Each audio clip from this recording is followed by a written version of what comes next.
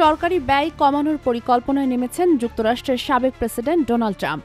কিন্তু তার নতুন নীতিতে বিপাকে পড়েছেন লাখ লাখ সরকারি কর্মী। স্বেচ্ছা পদত্যাগ কর্মসূচির আওতায় ইতোমধ্যে ৭৫,০০০ সরকারি কর্মী চাকরি ছেড়েছেন। কিন্তু কেন, আর এর পরিণতি কি হতে পারে? ট্রাম্প চান কেন্দ্রীয় সরকারের আকার ছোট করতে। ২৩ লাখ সরকারি কর্মীর মধ্যে হাজার হাজার লোককে বিদায় জানানোর পরিকল্পনা চলছে। প্রণোদনার বিনিময়ে দেয়া হচ্ছে বাই আউট কর্মসূচি, যেখানে চাকরি ছাড়লে মিলবে মোটা অঙ্কের সুবিধা। কিন্তু এই প্রস্তাব নিয়ে ব্যাপক বিতর্ক তৈরি হয়েছে। শ্রমিক ইউনিয়নগুলো এই পরিকল্পনার তীব্র বিরোধিতা করেছে। তারা বলছে ট্রাম্পের প্রতিশ্রুতির কোনো নিশ্চয়তা নেই। অনেকে শঙ্কায়, যদি এখন পদত্যাগ না করেন তাহলে ভবিষ্যতে চাকরি টিকবে তো? এই কর্মসূচির পেছনে বড় কারণ বাজেট সংকট। সরকারি ব্যয় কমিয়ে $1,00,000 কোটি সাশ্রয় করতে চান ট্রাম্পের নতুন প্রশাসনিক প্রধান ইলন মাস্ক। তিনি বলছেন যুক্তরাষ্ট্রের ব্যয়ের লাগাম টেনে ধরতে হলে সরকারি কর্মীদের ছাঁটাই করা ছাড়া বিকল্প নেই। ১৪ মার্চের পর যারা স্বেচ্ছায় চাকরি ছাড়বেন না তাদের ভবিষ্যৎ অনিশ্চিত। চাকরি যাবে নাকি অন্য কোনো সমাধান আসবে? ট্রাম্পের নতুন পরিকল্পনার পরিণতি কি?